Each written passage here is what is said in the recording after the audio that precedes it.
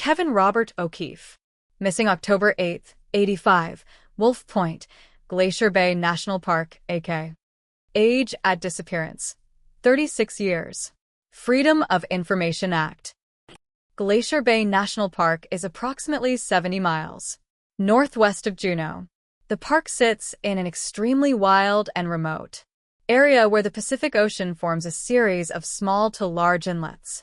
From a wide inlet going north from the region of Funtah Bay State Marine Park, Kevin O'Keefe traveled from his home in Sacramento, California, and arrived in Juneau on or near September 20th, eventually flying on to the Glacier Park headquarters. He enrolled in and attended a class about living in the wilds of the park. On September 22nd, he was flown by float plane into Muir Inlet, just north of Wolf Point, where he established camp. He was traveling alone. On October 8, 1985, National Park Ranger David Namath and his partner were patrolling the region of Wolf Point by boat. When they stopped at Kevin's campsite, rangers found a disturbing sight. Kevin's tent was near the high tide line, and this is where they also found a line of debris that appeared to be strewn by the high water mark. The ranger made special mention in his report about the tent having one pole inside that had come down. They found his sleeping bag, foam pad, and other items outside the tent, lying on the ground. Rangers knew that Kevin was supposed to be picked up on October 10th and decided to leave his camp untouched. From reviewing National Park Service, NPS reports, which were obtained through a Freedom of Information Act request, it appeared there was concern. Rangers went back to the camp the next day, but this time 4 rangers went. They found the camp just as it had been the previous day, and it did not appear as though anyone had used it during the night. The NPS did not conduct any searches, but they did call for Kevin and didn't get any response. On October 10th, rangers again returned with the additional assistance of an airplane, a Cessna 206 on floats. Rangers conducted a 2-hour flight over the area, looking for Kevin, but they could not locate him. On October 17, 1985, the Anchorage Daily published an article describing what NPS rangers found at Kevin's campsite. Aided by search dogs, they found his boots and a hat half a mile away, down in a gully out of sight of the main camp. They found his FOD and caches too, but they never found any sign of the 36-year-old tourist. Later, in the same article, rangers speculated about what may have happened to Kevin. What happened to Kevin O'Keefe may never be known. Rangers have rejected early speculation he was eaten by bears. The rangers stated there were no bear tracks anywhere in the area of Kevin's camp and even added, almost no wildlife of any kind. A review of the NPS report and itemization QF Kevin's property indicates items were located at intervals of 60, 120, and 200 to 300 feet from his tent, and that his boots and knit hat were found in a gully. It appears that everything that Kevin needed to survive was at his camp. He had survival books and pamphlets, film, food, a toothbrush, soap, cigarettes, vitamin C, a compass, a flashlight, and other assorted items that you'd expect to find in a campsite where someone was staying for over 1 month. Summary: NPS rangers did contact Kevin's family and found that he had planned to take a series of short hikes from his camp on a daily basis. He had not planned on any lengthy overnight treks or meeting other people. Rangers had found Kevin's day pack in an inventory search, indicating he had not left his camp. Kevin's glove liner was found several hundred yards from his main camp. His boots and knit cap were found almost a half-mile from camp and found only with the aid of search dogs. If you have been a reader of cases I've outlined in past books, you'll understand how these clues start to look familiar. Patrick Whalen disappeared from Glacier National Park in Montana on November 2nd, 2000. His tent was found crumpled, same as Kevin's, and his boots were inside his tent. Patrick Whalen was 33 years old when He vanished and he was never found. Missing 411, Western United States. There are too many cases to quote where the victim vanishes, and their shoes somehow are found, or the victim is found without their shoes. Alaska is a location that is not forgiving. You must have shoes if you are to survive. Rangers never answered the obvious question of why Kevin's sleeping bag and other items were outside his tent. This makes no sense. Rangers did not find any indications of an animal attack, and there was no blood located at the scene. Knowing that Kevin's boots, day pack, primary pack, sleeping materials, and food were located at the site, one must deduct that Kevin was at his camp when something happened. It's apparent that there are no animals in this area, as Kevin's food was not disturbed. Why would Kevin take his boots off? Did Kevin voluntarily take the boots off? It's amazing how someone disappears in a mountainous area, somewhat near a population zone, and hundreds of searchers participate in the hunt. When you disappear in a remote region, hardly anyone looks for the victim. There was not a week-long, sustained ground search for Kevin O'Keefe. There were few flyovers, boats cruising the coast, but not an extensive ground search. Why?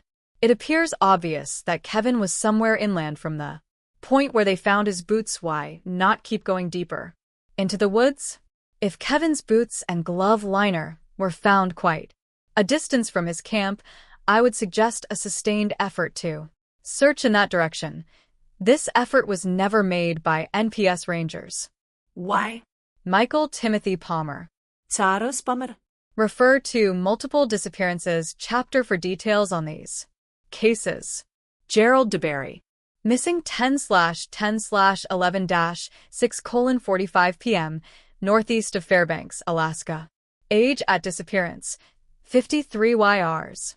It's a very rare event when a search team finds its missing party and then has to start searching for one of their own personnel. This is exactly what happened on October 10, 2011 along the Steese Highway at mile 70 northeast of Fairbanks. Gerald DeBerry was a volunteer that responded to a call to search for Melinda Mindy Stratz of Utah. DeBerry was a veteran of other searches and knew the area very, very well. He responded with his green Yamaha Kodiak four-wheeler and joined the efforts to find the woman.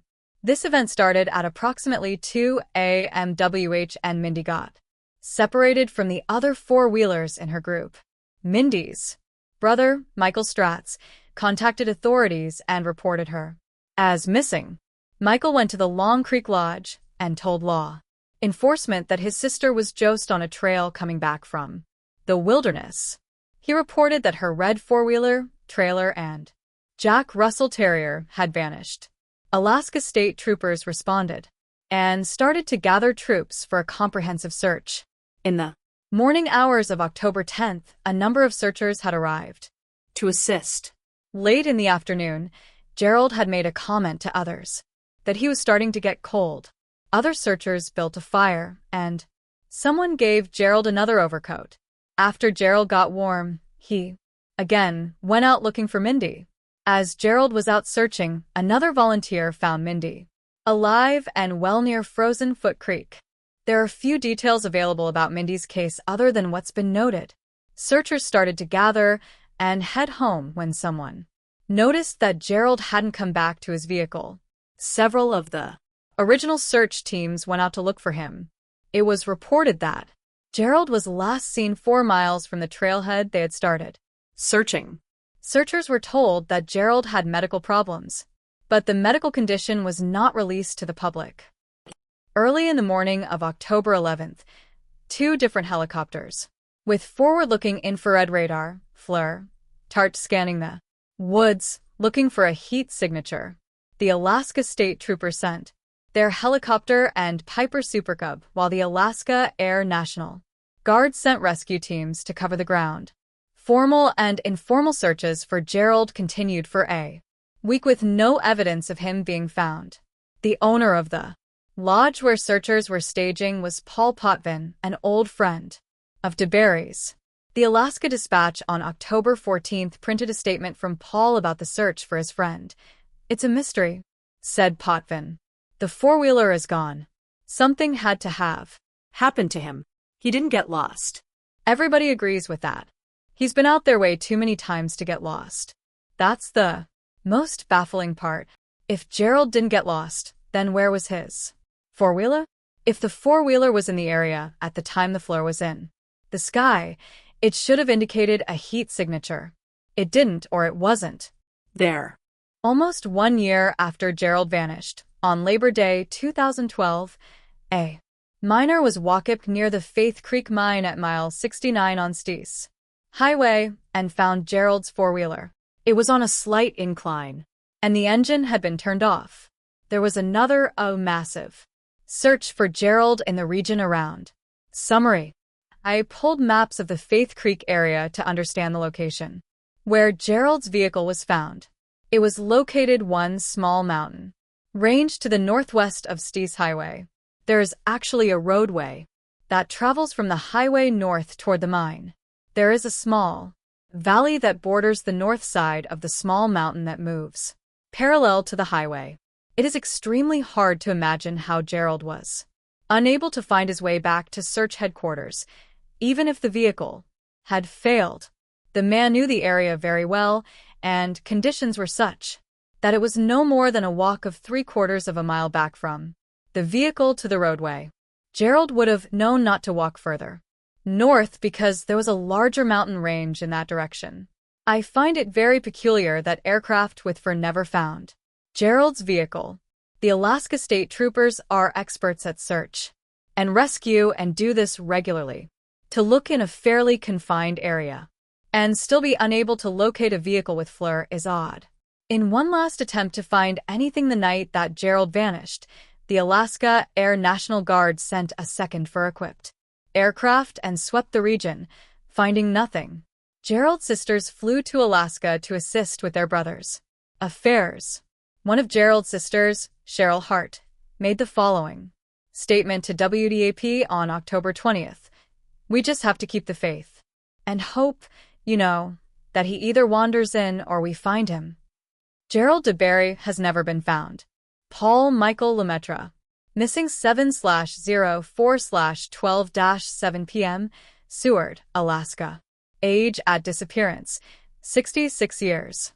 As someone who has run in several IOK races during my years, I know that fatalities associated with road races are unfortunately a reality.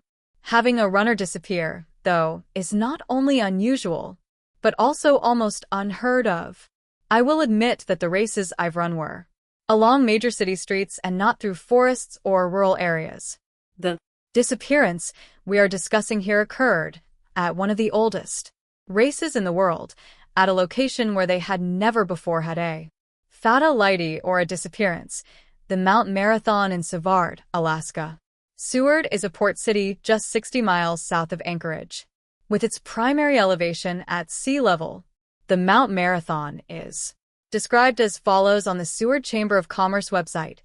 Launched in 1915, the 3-mile Mount Marathon is a combination run, hike, and scramble up Seward's signature 3,022-foot peak.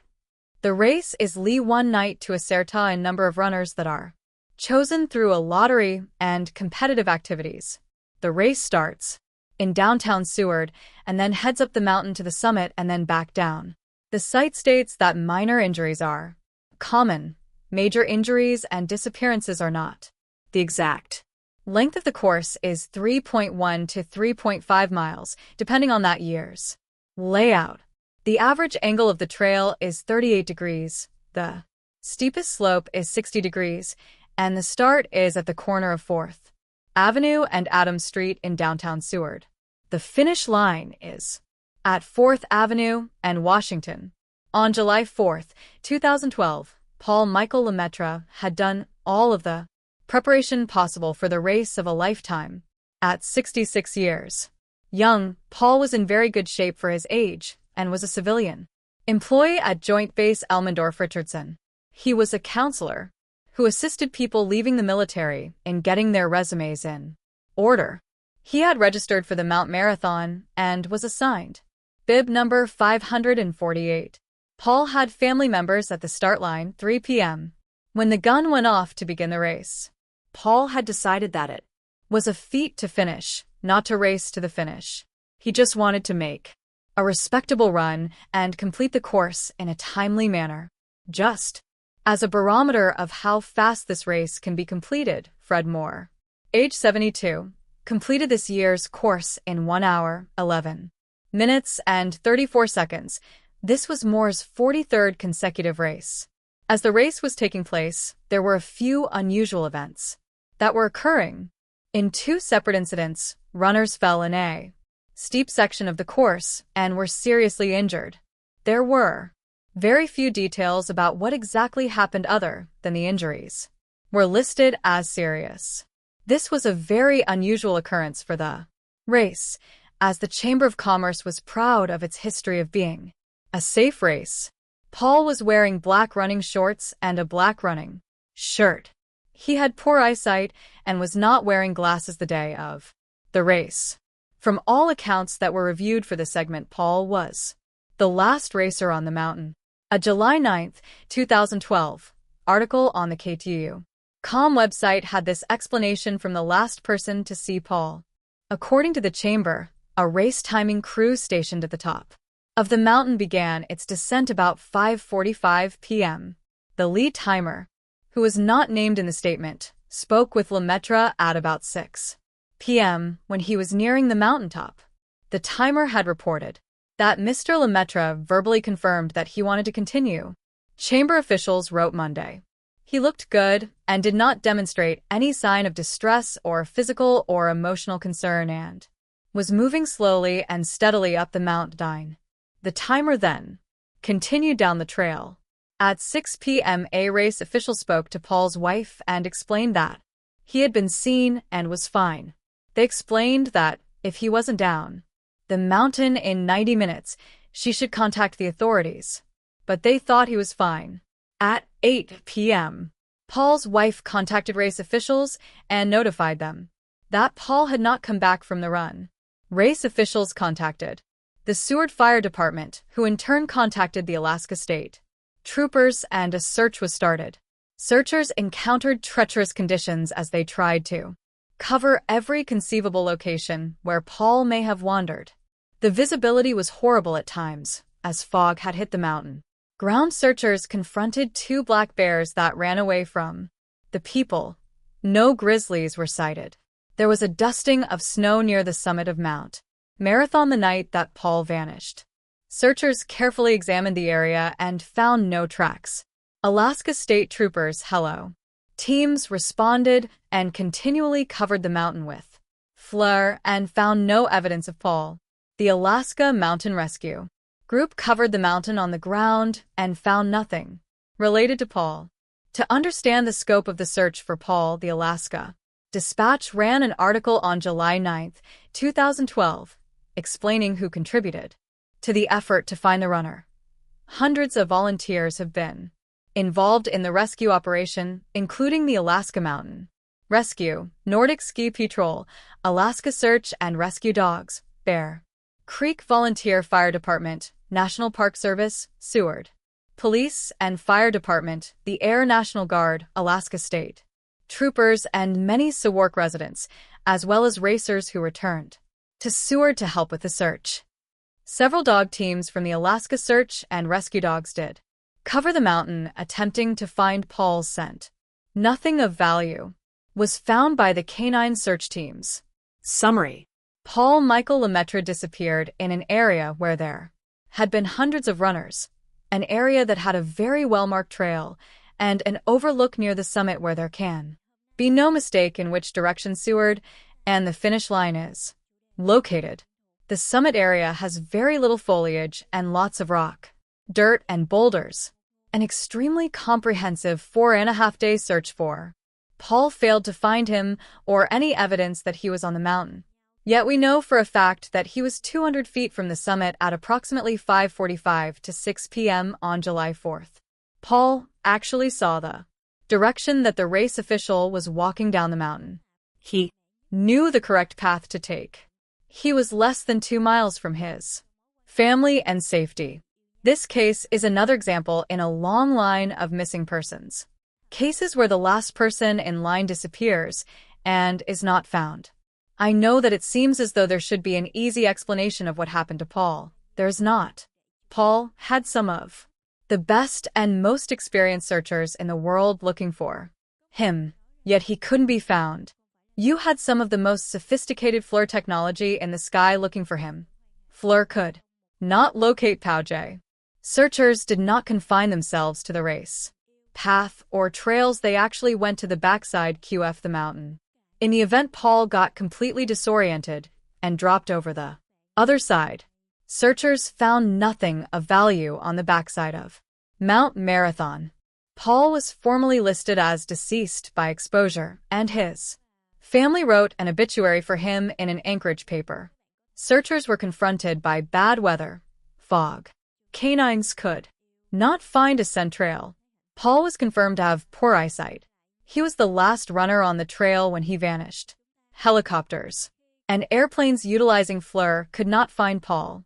At 6 feet 2 inches and 215 pounds, Paul was not a small man. Something unusual happened on Mount Marathon 9NR.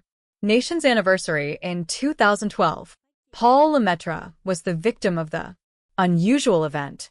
In the unfortunate event that another disappearance occurs in this area 30 years from now, the fact that someone disappeared on Mount Marathon will not be in any missing persons database because Paul Lemaitre is legally dead.